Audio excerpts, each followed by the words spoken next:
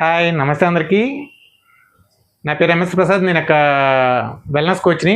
ఈరోజు weight loss journey గురించి మాట్లాడుకుందామా. వెయిట్ లాస్ జర్నీలో చేసే తప్పులు ఏంటి జనరల్లీ, అసలు వెయిట్ లాస్ అనేది ఏ రకంగా హెల్తీగా చేయాలి అనేది మనం ఈరోజు డిస్కస్ చేసుకుందాం. చాలామంది వెయిట్ లాస్ జర్నీలో భాగంగా బ్రేక్ఫాస్ట్ని స్కిప్ చేస్తూ ఉంటారు. ఇది ఎంతవరకు కరెక్ట్ అనేది ఈరోజు మాట్లాడుకుందాం. వెయిట్ లాస్ అనేది ఎప్పుడు కూడా బ్యాలెన్స్డ్ మైండ్ సెట్తో చేస్తూ ఉండాలి. క్రేవింగ్స్ అనేది కంట్రోల్ చేసుకుంటూ ఉండాలి. ఫుడ్ అనేది క్యాలరీస్ బర్న్ అనేది పర్ఫెక్ట్గా ఉండాలి. మనకి క్యాలరీ బర్నింగ్ అనేది ఎలా ఉండాలి అంటే కనుక మన ఫుడ్ ప్లేట్లో ఎవ్రీథింగ్ ఉండాలి, కానీ బ్యాలెన్స్డ్గా ఉండాలి. మనం రెగ్యులర్గా ఫుడ్ అనేది స్కిప్ చేయకూడదు. ఎర్లీ మార్నింగ్ బ్రేక్ఫాస్ట్ అనేది ఎప్పుడు స్కిప్ చేయకూడదు. బ్రేక్ఫాస్ట్ స్కిప్ చేసినందువలన లేదంటే కనుక కొంతమంది ఏం చేస్తూ ఉంటారంటే కనుక ఎక్కువ టైంని మామూలు ఫుడ్ తీసుకోకుండా మెయింటైన్ చేసి రెగ్యులర్ ఇంటర్వెల్స్లో తర్వాత ఫుడ్ తీసుకుంటూ ఉంటారు. ఇలా చేసేటప్పుడు ఏమవుతుంది అంటే కనుక క్రేవింగ్స్ని కంట్రోల్ చేసుకోలేక ఎక్కువ ఫుడ్ని తీసుకుంటూ ఉంటారు. జనరల్గా ఏంటంటే మన మైండ్ ఒకటి చెప్తూ ఉంటుంది, మన కళ్ళు ఒకటి చెప్తూ ఉంటాయి. మనం కంటికి ఏదైతే కనుక ఆ టైంలో బెటర్గా అనిపిస్తూ ఉంటుందో దాన్ని మైండ్ వెంటనే స్వీకరిస్తూ ఉంటుంది అనమాట. సో ఆ టైంలో మనం ఏం చేస్తామంటే ఆ క్రేవింగ్స్ని కంట్రోల్ చేసుకోలేక అప్పటి వరకు కూడా బాడీని రెస్ట్రిక్ట్ చేసి ఎప్పుడైతే ఉంచుతామో హెవీ క్యాలరీస్ అప్పుడు మనం తీసేసుకుంటూ ఉంటాం. ఈ హెవీ క్యాలరీస్ తీసుకున్నప్పుడు ఏమవుతుంది అంటే కనుక వెయిట్ లాస్ అనేది దానికి కన్నా కూడా ఎక్కువ క్యాలరీస్ తీసుకోవడం వలన వెయిట్ అనేది అక్కడే ఉంటాం, లేదంటే కనుక పుటాన్ అవుతూ ఉంటాము. చాలామంది సెడెంటరీ లైఫ్ స్టైల్లో ఉంటారు. సెడెంటరీ లైఫ్ స్టైల్ మీన్స్ ఎక్కువ సార్లు కదలకుండా ఉండడం, అదే పనిగా మామూలుగాను ఫుడ్ అనేది రెస్ట్రిక్ట్ చేసి సడన్ తర్వాత ఒక్కసారిగా ఎక్కువగా తినడం అనేది స్టార్ట్ చేస్తూ ఉంటారు. ఇదంతా కూడా మన మైండ్ సెట్ మీద పనిచేస్తూ ఉంటుంది. కాబట్టి మనం మైండ్ సెట్ని బ్యాలెన్స్డ్గా ఉంచుకోవాలి.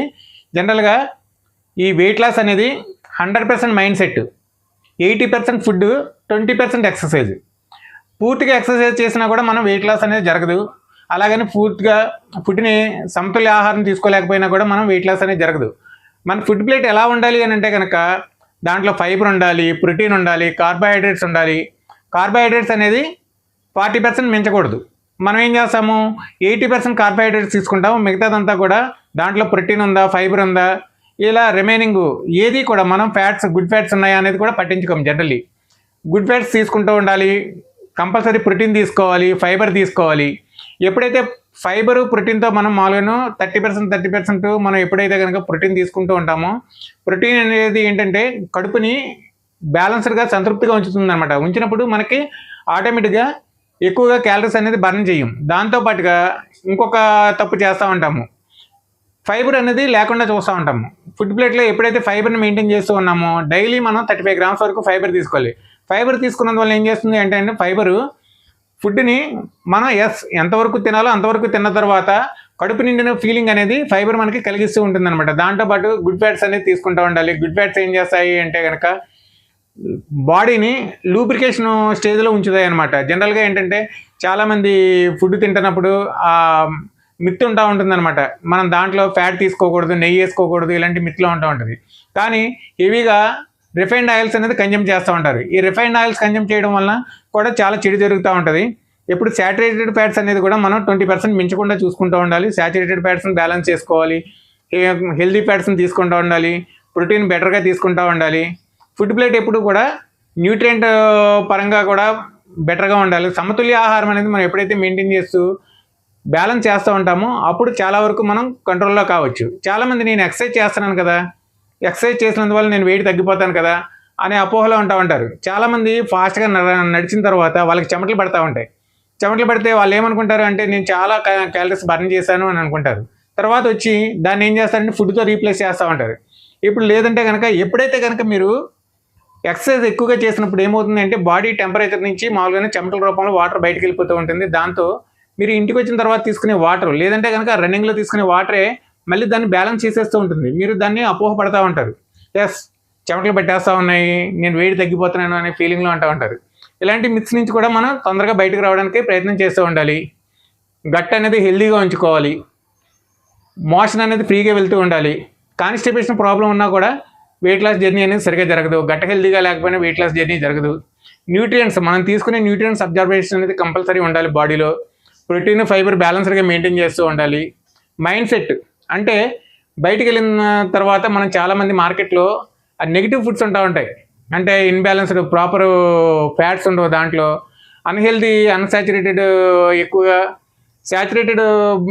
శాచురేటెడా అన్సాచురేటెడా అనేది పక్కన పెడితే అన్హెల్దీ ఫుడ్స్ స్వీట్స్ అనేది తీసేసుకుంటూ ఉంటాము. జీవక్రియని బ్యాలెన్స్గా మెయింటైన్ చేయడానికి అవకాశం ఉండదు.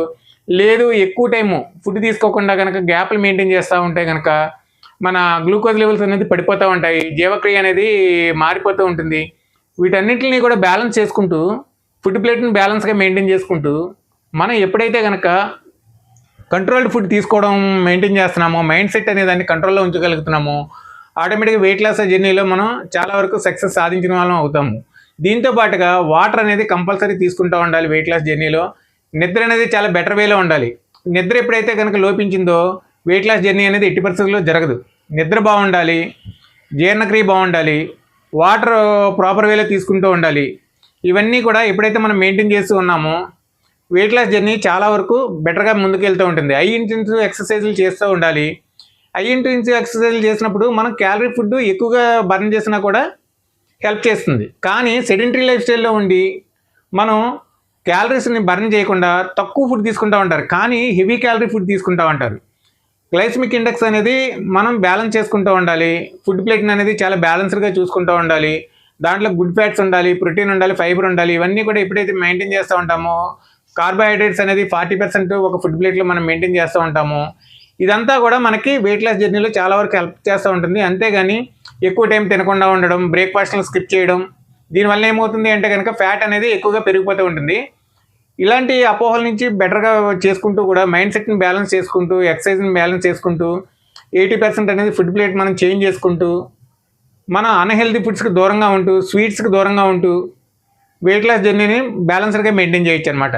ఇలాంటి మంచి మంచి విషయాలు ఇంకా మనం ఫ్యూచర్లో ఇంకా చాలా మాట్లాడుకుంటూ ఉన్నాము.